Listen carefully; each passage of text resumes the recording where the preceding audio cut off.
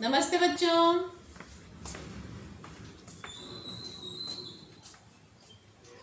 Ma'am.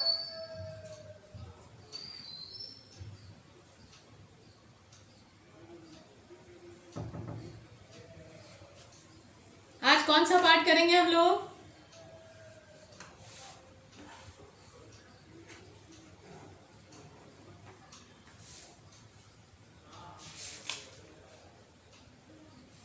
Ma'am आज हम लोग गिल्लू करते हैं। गिल्लू,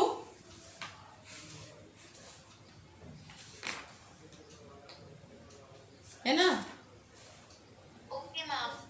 हाँ, क्योंकि गिल्लू करना है, स्मृति है और हामिद खान है, बस ना।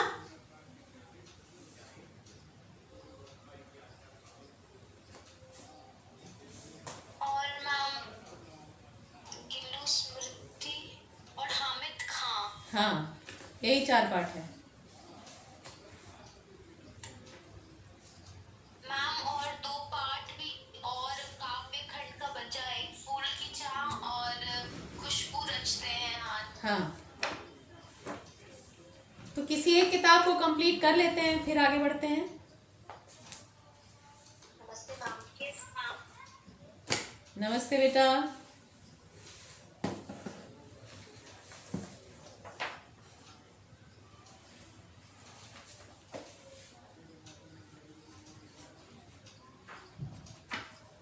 तो चलिए गिल्लू पाठ निकालिए।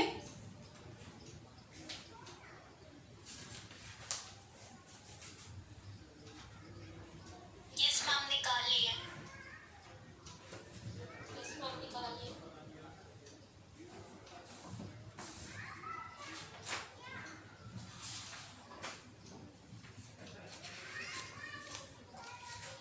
हाँ, मुझे भी मिला।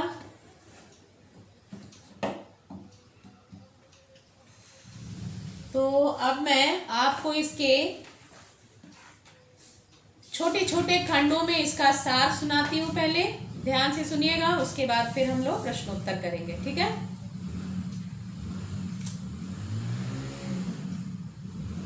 Okay ma'am. सबसे पहले हम करेंगे पाठ की रूपरेखा। महादेवी वर्मा के संस्मरण मेरा परिवार से चयनित प्रस्तुत पाठ गिल्लू के माध्यम से पशु पक्षियों की क्रियाओं का सूक्ष्म अवलोकन हुआ है। सूक्ष्म अवलोकन मतलब बहुत माइन्यूटली किसी चीज को देखना, समझना। अब गिलहरी की, चिड़िया की, कौवे की, जिसे हम बैठा हुआ अपने नजदीक नहीं देखते हैं, या वो ऐसा पालतू हमारा नहीं हो जाता है कि हमारे पास आके बैठ जाए, आप खाना दें तो वो आके खा ले। वो देखता जरूर है लेकिन डर के भाग जाता है, वो बैठ के उसको खाना नहीं चाहता। लेकिन तभी भी अगर मेरे स्वभाव में किसी चीज को बहुत बारीकी से देखने की आदत है, तो हम देखते हैं कि शायद आपने भी देखा होगा कि गिलहरी किस प्रकार दोनों हाथ से किसी चीज को पकड़कर खाता है, देखा है? Yes ma'am. आसपास तो गिलहरी सभी के होंगे, ज्यादा नहीं तो 1-2 तो जरूर होंगे। वो किस तरह बैठ जाता है और दोनों हाथों से पकड़कर खाता है, ये देखकर बहुत अच्छा लगता है, अद्भुत लगता है कि इतने छोटे से प्राणी को इस तरह के क्रियाकलाप की जानकारी है। साथ ही यह भी बताया गया है कि इन्हें मुक्त एवं स्वतंत्र रखकर, अपनाकर तथा आत्मीयता देकर ही हम इनका स्वाभाविक विकास होने में मदद कर सकते हैं। यानी कि हम इसको परेशान ना करें, देख के दौड़ाएं नहीं, मारे नहीं, तो ही हम इसको बढ़ता हुआ देख सकते हैं और इसके क्रियाकलाप को बहुत सूक्ष्मता से हम परख सकते हैं, जान सकते हैं। जैसा गिल्लू के संदर्भ में लेखिका ने किया, ठीक है? अब आप पाठ का सार देखिए। पहला भाग उसका है लेखिका का सोन जूही को देखना और गिल्लू को याद करना। सोन जूही क्या था?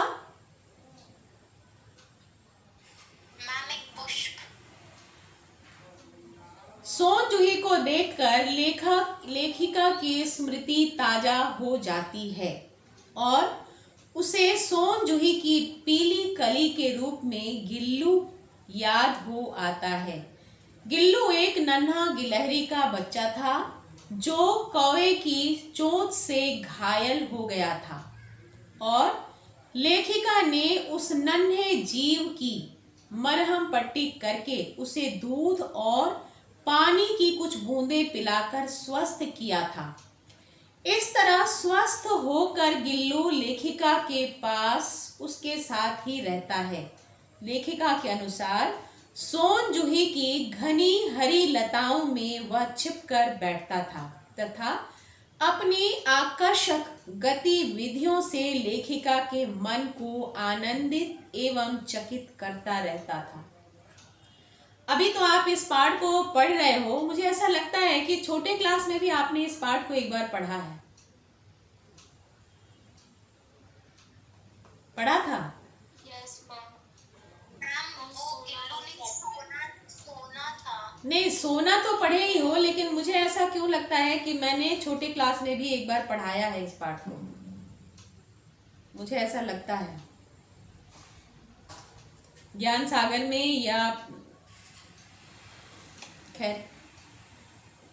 अब यहाँ क्या है कि एक गिलहरी, अब इसको आप अपनी भाषा में बताइए, तो सिर्फ मेरे बोलने से कोई फायदा नहीं है, इसको आप अपनी भाषा में बताइए कि यहाँ सोन जूही को देखने के बाद उनको कौन से अपने काम याद आते हैं, कौन सा दृश्य याद आ जाता है। मैंने बता दिया है, आप अपनी भाषा में बताइए। बोलिए। कि कैसे गिल्लू इस सोन जूही की मतलब सोन जूही के नीचे आके छुप जाता था और जब लेखिका उनके पास पहुंचती थी तो अचानक से कूद के उनको डरा देता था। नहीं, इसी को देखकर आप बताइए। यहाँ जो मैंने अभी आपको बताया ना कि गिलहरी का बच्चा उनको मिला कहाँ पर था और किस हालत में मिला था। मैम गमले के पीछे और घायल अवस्था में मिला था। जब उन्होंने गमले के पीछे कौवों को देखा, उनका ध्यान कैसे गया गमले के पीछे? मैम की कौवे छुआ कुछ काम के जैसा खेल खेल रहे हैं। कौवे वहां कुछ देर से व्यस्त थे, कुछ गतिविधि वो कर रहे थे। इस पर उनका ध्यान गया। उन्होंने पास जाकर देखा तो क्या देखती हैं कि एक घायल गिलहरी का बच्चा है जिसे कौवों ने अपने चोंच से ही घायल किया है। तब वो उसे उठाकर कहाँ ले जाती हैं? घर के अंदर। ठीक है। अब अगले गद्यांश में आप देखेंगे, अगले पद्यांश में आप देखेंगे लेखिका की गिल्लू से आत्मीयता। केवल गिल्लू को उठाकर ले नहीं जाती हैं, बल्कि गिल्लू को क्या करती हैं वो? उसका मरहम पट्टी करती है और सबके बोलने पे भी कि वो नहीं बचेगा, फिर भी वो उसकी देखभाल करती है, उसे दूध पिलाती है और उसे ठीक कर देती है। हाँ, अब सुनो। लेखिका ने फूल रखने की एक हल्की डलिया में रुई बिछाकर उसे तार से खिड़की पर लटका दिया। 2 वर्ष तक वहीं गिल्लू का घर था। गिल्लू उस झूले को स्वयं ही हिलाता था, लेकिन जब कभी लेखिका बैठती, गिल्लू उसका ध्यान आकर्षित करने के लिए बहुत प्रयास करता। वह लेखिका के पैरों तक आकर सर्र से पर्दे पर चढ़ जाता। ये सर्र का मतलब क्या हुआ कि वो बीच में कहीं रुकता नहीं था। पर्दे के पास गया और सीधे एक पल में हमने देखा कि वो ऊपर चढ़ गया। वह ऐसा तब करता जब लेखिका को उसे पकड़ने के लिए, जब तक लेखिका उसे पकड़ने के लिए न उठ जाती। लेखिका उसे लिफाफे में आधा बंद कर देती और गिल्लू टुकुर टुकुर चारों ओर देखता रहता। गिल्लू के जीवन का प्रथम वसंत आया। वसंत की खुशबू घर में फैलने लगी। गिल्लू खिड़की से बाहर की गिलहरियों को झांकता। जब लेखिका ने यह देखा तो उसने जाली का एक कोना खोल दिया। ऐसा लगा जैसे गिल्लू ने बाहर जाकर मुक्ति की सांस ली हो। अब जब लेखिका घर से बाहर होती तो गिल्लू भी बाहर चला जाता और जैसे ही 4 बजे लेखिका आती, गिल्लू भी आकर अपने झूले में झूलने लगता। इस तरह लेखिका का लगाव उसके प्रति बढ़ता ही गया। मतलब गिल्लू सीख गया था। केवल मनुष्य या बच्चे ही नहीं सीखते, बल्कि प्राणी भी सीख जाते हैं। अभी 26 जनवरी को आपने परेड देखा होगा, देखा? Yes ma'am. अब वो जो घोड़े होते हैं, आपको क्या लगता है कि वो साधारण घोड़े हैं? घोड़े और ऊंट भी कितना गंदा मिला। घोड़े और ऊंट, वहां पर हमने देखा कि एक घोड़ा रिटायर भी हुआ। सेना का एक घोड़ा रिटायर हुआ। 13 वर्षों तक उसने अनवरत सेवा की, देश की सेवा की। तो उनको भी ट्रेंड किया जाता है, प्रशिक्षित किया जाता है। वो सीख जाते हैं कि उनको क्या करना है। ठीक है, उनको तो सिखाया गया। लेकिन यहाँ गिल्लू लेखिका के साथ रहते रहते उनके क्रियाकलाप को देखकर वो समझने लगा कि हमको अब क्या करना चाहिए और क्या नहीं करना चाहिए। इस पाठ को पढ़ाते समय शायद मैंने पहले एक बार बताया होगा, आप लोग बहुत छोटे होंगे उस समय की बात। स्कूल में 2-4 पक्षी, 2-4 में अनेक पक्षी कहेंगे, जो लंच के बाद जब सारे बच्चे क्लास में चले जाते थे तो हम देखते थे कि मैनाओं के झुंड उतरते थे मैदान में, कॉरिडोर में। खा के कुछ ना कुछ आपका तो गिर ही जाता है, उसको वो चुन चुन कर खा जाते थे। लेकिन जिस समय लंच हुआ रहता था उस दौरान वो कभी नहीं आते थे। जब सारे बच्चे, आप सब लोग क्लास में चले जाते थे, तब वो उतर के सारा खाना चुग लेते थे। तो ये क्या हुआ, उनको कौन सिखाने गया? हम और आप तो नहीं सिखाए। और उन मैना को, पंछियों को हम पहचानते भी नहीं है कि वही आ रहे हैं कि दूसरे आ रहे हैं। लेकिन अगर रोज ऐसा कुछ हमको देखने को मिल रहा है, कुछ दिनों के बाद, कभी शुरू में 2-1 मैना आते थे, लेकिन धीरे धीरे उनकी संख्या बढ़ने लगी। तो उनमें भी कुछ भाषा होती होगी, है ना? उनकी अपनी ध्वनि के भी कुछ पहचान होते होंगे, जिसके माध्यम से उसने इस बात की जानकारी सभी को दी कि वहां इस समय में खाना मिलता है। तो धीरे धीरे उनकी संख्या बढ़ गई और बहुत सारी चिड़िया वहां आने लगी, मैना आने लगे। और हमने देखा कि वो एकदम समय से आते थे और खाकर चले जाते थे। उनकी वजह से हम लोगों को कोई दिक्कत, कोई डिस्टर्बेंस कभी भी नहीं होती थी। तो ये देख देख कर सीखने लगे। तो ये सीखने की प्रक्रिया जो है, प्रकृति ने सभी जीवों को दी है।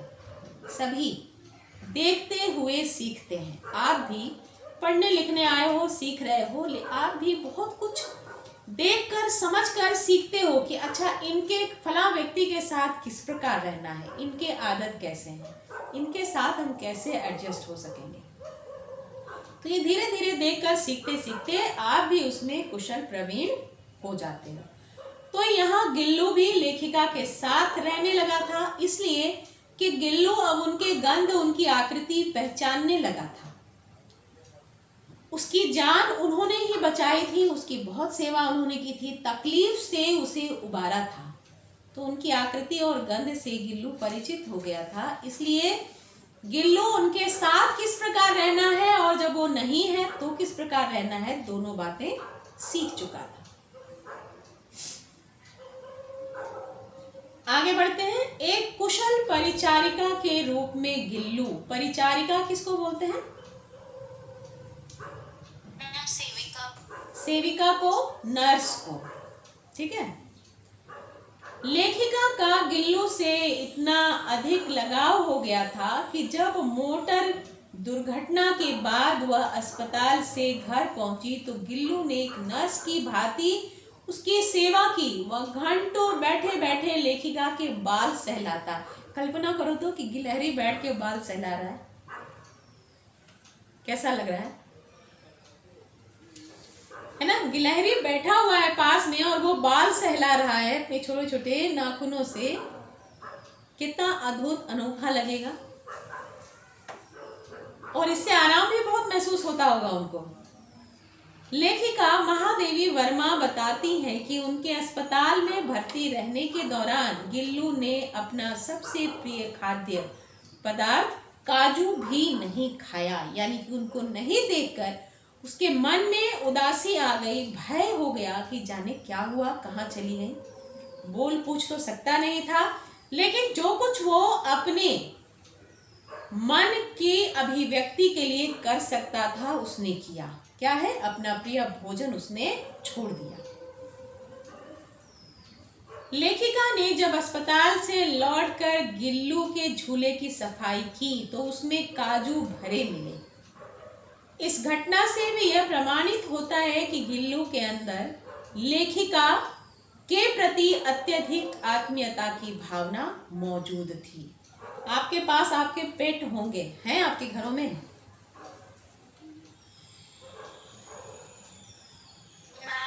मेरी बिल्ली ने बच्चा दिया है मेरे घर के पास, मतलब बालकनी में। तुमने बिल्ली पाला है?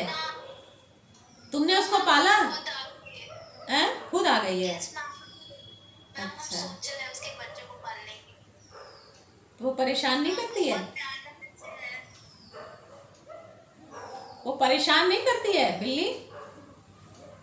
मैम करती थी, लेकिन अब हम लोग भी उसको दूध दे देते हैं तो नहीं पीती हमारा दूध। देखो, पाल सकती हो, उसकी देखभाल कर सकती हो तो पालो।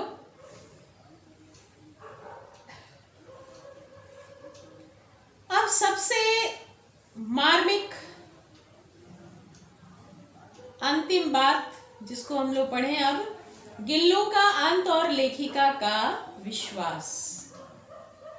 गिलहरी की उम्र मात्र 2 वर्ष की होती है, इसलिए गिल्लू का अंत समय भी समीप आ गया था। यह बात जैसे गिल्लू जानता था, इसलिए वह उस दिन न तो बाहर खेलने गया न ही कुछ खाया। बस ठंडे पंजों से लेखिका की वही उंगली पकड़कर चिपका रहा जो उसने अपने बचपन में घायल होने पर पकड़ी थी। लेखिका ने गर्माहट के लिए हीटर भी जलाया, पर प्रातः होते ही गिल्लू के प्राण किसी और ही जीवन में जन्म लेने के लिए जा चुके थे। जैसा कि हम जानते हैं कि 84,000 योनियों में, रूपों में हमारा जन्म होता है। अब गिलहरी के बाद वो कहाँ गई? लाख, 84 लाख, हजार नहीं, 84 लाख रूपों में हमारा जन्म होता है। अब कौन, बहुत, हमने 84 लाख प्रकार के प्राणी देखे भी नहीं है। देखे हैं क्या? जानते भी नहीं हम उनके बारे में, लेकिन कहाँ कहाँ किसका क्या जन्म होता है पता नहीं।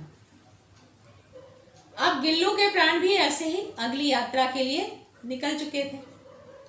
लेखिका ने सोन जूही के पास ही गिल्लू की समाधि बना दी। इसे देखकर उसकी स्मृति सदैव तरोताजा रहती और सदा ही, और साथ ही यह विश्वास भी कि शायद सोन जूही का यह पीला फूल ही उसका गिल्लू हो।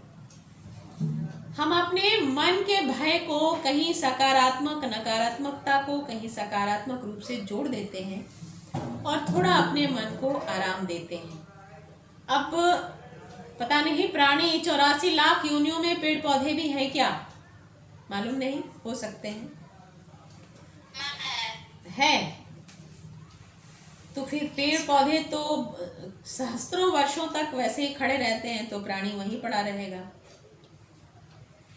खैर, अब उनको ये विश्वास था कि ये पीला फूल जो है उनका ही गिल्लू है, तो उनको बहुत प्यारा लगता था। या उनके मन में जो उसके खो जाने से, उसके चले जाने से जो अकेलापन आ गया था, उसका अभाव हो गया था, उसे देखकर पूरा हो जाता था। ठीक है, अब आप अपने किताब के प्रश्नोत्तर करिए तो जरा, कोई प्रश्न पढ़िए, कोई उत्तर दीजिए। अब अपने हिस्से का काम कीजिए आप।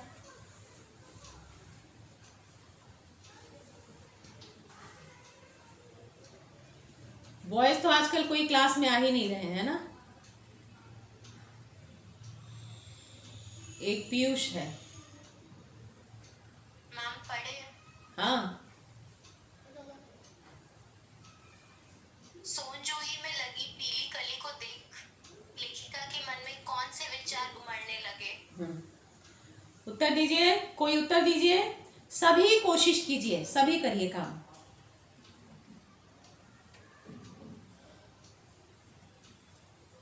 लिखा हुआ तो आपके पास है ही, जितना रिवाइज करेंगे आपको उतना याद होने लगेगा।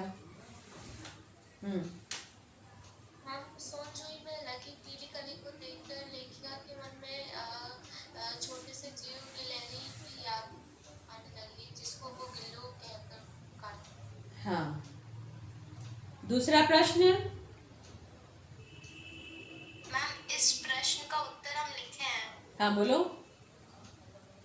पीली कली को देखकर लेखिका को गिल्लू की याद आई जो इस सघन बेल में छिपकर बैठता था और फिर मेरे उनके निकट पहुंचते ही उन पे कूद के चौंका देता था।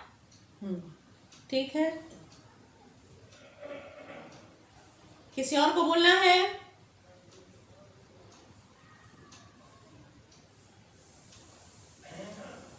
चलो, अगला प्रश्न है, पाठ के आधार पर कौवे को एक साथ समादरित और अनादरित प्राणी क्यों कहा गया है? मैम जैसे कुछ पर्वों पर जैसे श्राद्ध पक्ष में कौवों को आदर दिया जाता है। कुछ लोग खुद के खाने से पहले उन्हें खाना देते हैं और इस अवस्था में कौवा समादरित होता है। और लेकिन शेष दिनों में लोग उसके कर्कश आवाज के कारण उसे उड़ा देते हैं, भगा देते हैं। उस अवस्था में वो अनादरित हो जाता है। यानी कि हम अपनी आवश्यकता, लाभ, पुण्य और पाप के हिसाब से किस प्राणी को कब आदर देना है और कब उसका निरादर करना है, ये हम अपनी सुविधा के अनुसार तय कर लेते हैं। गिलहरी के घायल बच्चे का उपचार किस प्रकार किया गया?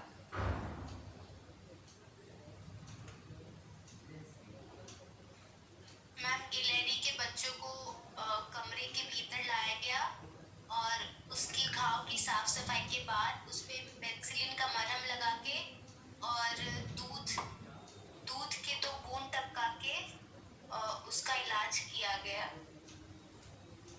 उसकी साफ सफाई कर घाव की मरहम पट्टी की गई और उसके मुंह में रुई के फाहे से दूध टपकाया गया जिससे कि उसके जीवन की रक्षा भी हो सके। लेखिका का ध्यान आकर्षित करने के लिए गिल्लू क्या करता था?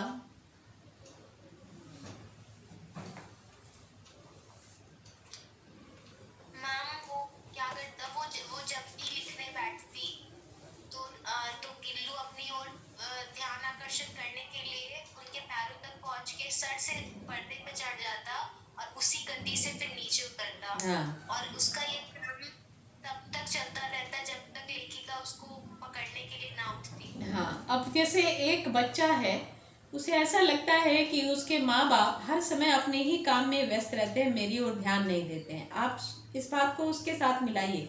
गिल्लू आदमी नहीं है लेकिन फिर भी उसे लगता है कि मुझे यहाँ पर इग्नोर किया जा रहा है, मेरी उपेक्षा हो रही है। तो गिल्लू क्या करता है, उनका ध्यान आकर, बोल तो नहीं सकता है वो। घर में भी बच्चे देख रहे हैं कि बड़े अपने काम में व्यस्त हैं तो वो कुछ ऐसी हरकत कर देते हैं जिससे बड़ों को उनके पास जाना पड़ता है। ये बात और है कि उनको डांट पड़ जाती है, लेकिन उनका मनोविज्ञान ये होता है कि भाई मुझे आप लोगों ने उपेक्षित करके रखा हुआ है, मैं भी घर में हूँ और मैं भी उतना ही इम्पोर्टेंट हूँ, इसलिए मुझ पर भी ध्यान दिया जाए। तो गिल्लू का भी मनोविज्ञान यहाँ वही है कि लेखिका अपने काम में व्यस्त है तो गिल्लू परेशान हो रहा है कि भाई मेरी तो उपेक्षा हो रही है। इस गिल्लू उनका ध्यान आकर्षित करने के लिए बार बार ऐसी हरकत करने लगता था। गिल्लू को मुक्त करने की आवश्यकता क्यों समझी गई और उसके लिए लेखिका ने क्या उपाय किया?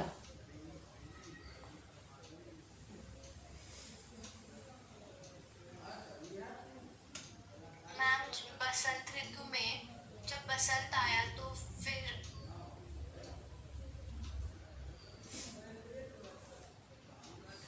करता और गिल्लू की आंखों में उनके लिए बहुत अपनापन लगा। तब लेखिका ने सोचा कि हम गिल्लू को भी बाहर जाने देना चाहिए और खिड़की की जाली का एक कोना खोलकर उसके बाहर जाने को उपाय किया गया। हाँ, क्योंकि उसकी एक्टिविटी से उन्हें ऐसा लगा कि अब गिल्लू बड़ा हो गया है, इसे हर समय बंद करके नहीं रखा जा सकता, इसलिए उसके बाहर जाने का एक छोटा सा रास्ता बना दिया गया।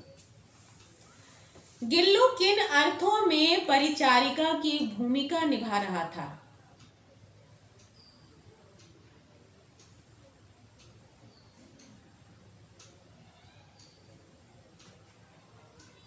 मैम, जब लेखिका जब अस्वस्थ थी तो सिर आने तकिए पे बैठकर अपने पंजों से उनके सिर के बाल ऐसे सहलाता जैसे कोई परिचारिका हो। अपने छोटे छोटे नन्हे नन्हे पंजों से वह लेखिका के सर के बाल सहलाते रहता था। वो गिलहरी था, आदमी नहीं था, लेकिन उसने जरूरत समझी, यानी कि उसके अंदर भी बहुत समझ थी मनुष्यों की तरह। गिल्लू की किन चेष्टाओं से यह आभास मिलने लगा था कि अब उसका अंत समय समीप है?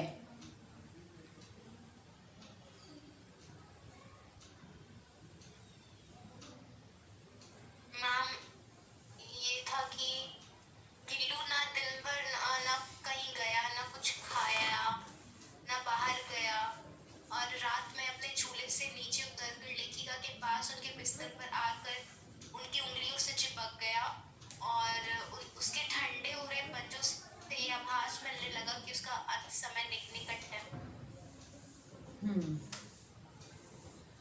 प्रभात की प्रथम किरण के स्पर्श से के साथ ही वह किसी और जीवन में जागने के लिए सो गया।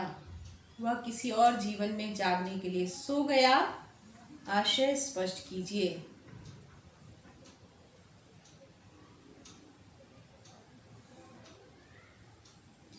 ये कहने का मतलब क्या हुआ? मैम, यही कि सुबह होते ही उसकी मृत्यु हो गई। उसकी मृत्यु वो ऐसे सो गया, हो गई, बस सो गया जैसे कि वो अब इस नींद से अगले जीवन में जागेगा। हाँ, क्योंकि इस जीवन से वो सदा सर्वदा के लिए सो गया, अब वो जागेगा अगले जीवन में। सोन जूही की लता के नीचे बनी गिल्लू की समाधि से लेखिका के मन में किस विश्वास का जन्म होता है?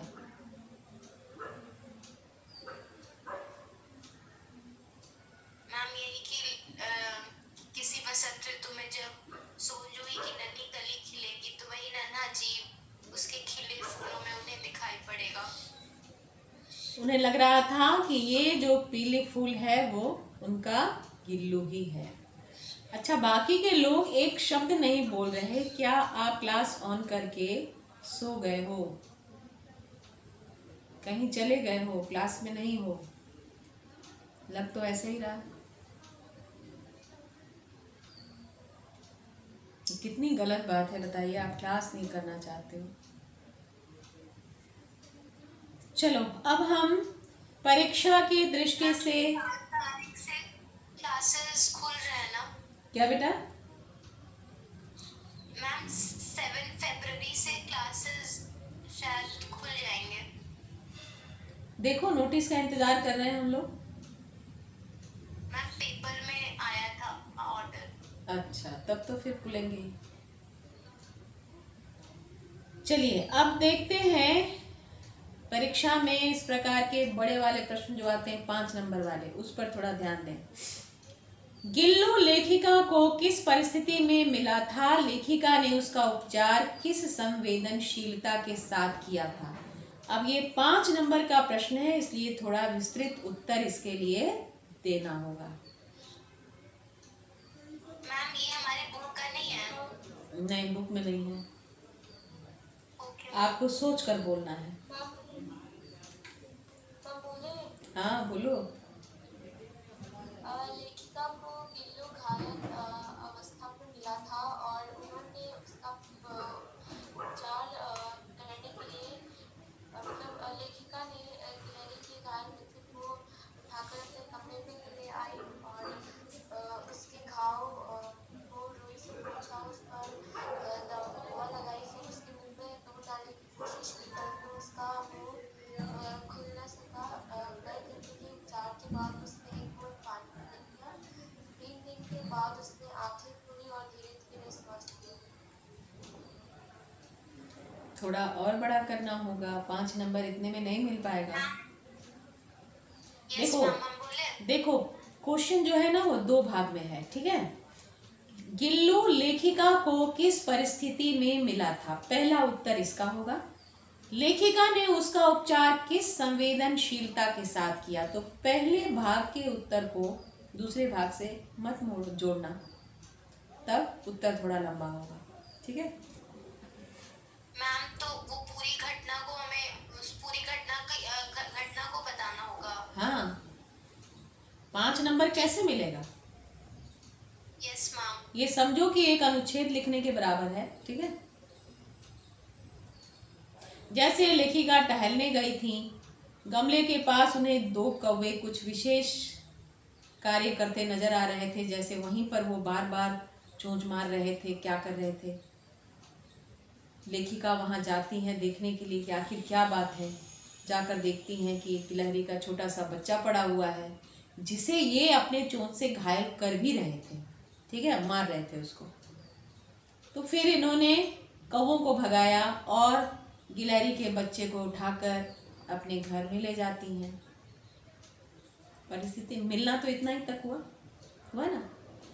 उसके बाद लेखिका ने उसका उपचार किस संवेदनशीलता से किया। गिलहरी के घायल बच्चे को घर ले जाने के बाद उन्होंने क्या किया, उसके जख्मों को साफ किया, उस पर पेनिसिलिन मलहम लगाया और कहाँ रखा उसको। मैम शुरू से ये था कि सबके ये कहने पर भी कि अब वो नहीं बचेगा, फिर भी वह इस आशा के साथ उसकी सेवा करती हैं कि वो ठीक हो जाएगा। हाँ। और वो उसे अपने घर के भीतर ले जाती हैं, उसके घावों को साफ करके उसमें पेनिसिलिन का मलहम लगाती हैं। हाँ। और उसके रहने का प्रबंध करती हैं और उसकी सुरक्षा का भी खासा ध्यान रखती हैं। ठीक है, तो इस प्रकार 2 भाग में पूछे गए प्रश्न का उत्तर भी अलग अलग 2 भाग में देना है। अब दूसरा प्रश्न सुनिए। लेखिका के पास कई पशु पक्षी थे, जिनसे लेखिका का पशु पक्षी प्रेम स्पष्ट होता है। इसके बावजूद गिल्लू उनमें विशिष्ट कैसे था? गिल्लू में क्या खास बात थी, गिल्लू अलग से क्या था? मैम उनके पास बहुत सारे पशु पक्षी थे, लेकिन किसी में इतनी हिम्मत नहीं थी कि उनके बगल में बैठ के खा सके, परंतु गिल्लू उसमें एक अपवाद था। गिल्लू में विशेषता यह थी, अब इसको भी आपको 2 पार्ट में ही लिखना होगा। लेखिका ने कई पशु पक्षी पाल रखे थे, जैसे कौन कौन से पशु पक्षी, उनके बारे में जानकारी दीजिए। उनके साथ लेखिका के संबंध कैसे थे, ये थोड़ा सा 2 लाइन आप दीजिए। उसके बाद तब आप गिल्लू के बारे में बताते हुए गिल्लू में क्या खास बात थी, क्या विशिष्ट व्यवहार था उसका, अब बताना होगा।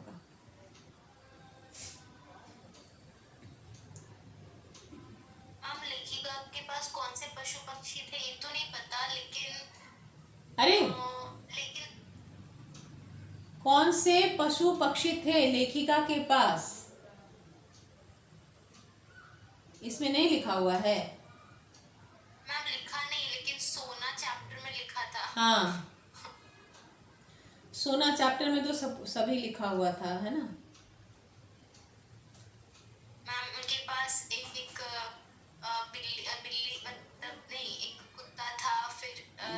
कुत्ता, बिल्ली, गाय सभी थे। और बहुत बहुत बड़ा सा हाथा था उनके पास, जिसमें उन्होंने उन सब के रहने की व्यवस्था की हुई थी। उन्होंने हिरण भी पाला था, है ना। सोना कौन थी? हिरण थी ना। उन्होंने हिरण भी पाला हुआ था, और हिरण उनके साथ ऐसे रहती थी जैसे उनकी सखी ही हो। वो भी उनके सर के ऊपर से छलांग लगाती थी, उनकी चोटी चबा जाती थी, याद है? Yes ma'am. और यहाँ तो इस तरह उनके ऊपर से छलांग लगा जाए तो ये नहीं कि आप उसको बांध के रख दो कि कहीं ऐसा ना हो कि मुझे घायल कर दे, ये भी तो हो सकता था। और दूसरे की उनकी चोटी चबा लेती थी तो उसे मेरे पास मत आने दो, ये भी तो हो सकता था। लेकिन ऐसा कुछ भी नहीं हुआ। वो लेखिका के पास आती थी, और जो उसने अपनी एक आदत बना ली थी उस आदत के अनुसार ही आती रहती, खेलती कूदती और खाती पीती थी। तो यहाँ लेखिका को उसके किसी व्यवहार से कोई आपत्ति नहीं थी, बल्कि उन्हें बड़ा अपनापन महसूस होता था।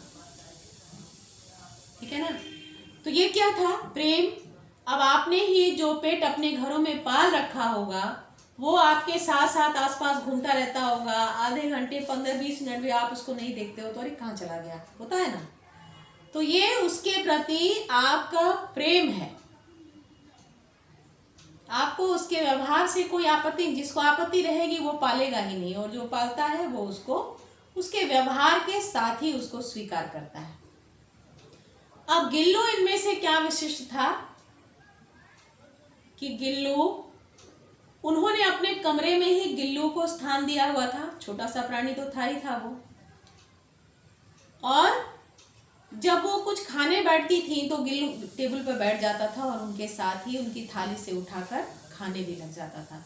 ऐसा कोई जानवर नहीं करता था, इसलिए उनके जीवन में गिल्लू का स्थान विशिष्ट कहा गया है। मैम वो थाली में आके बैठ ही जाता था। हाँ, थाली में ही, थाली के अंदर ही बैठ जाता था, है ना।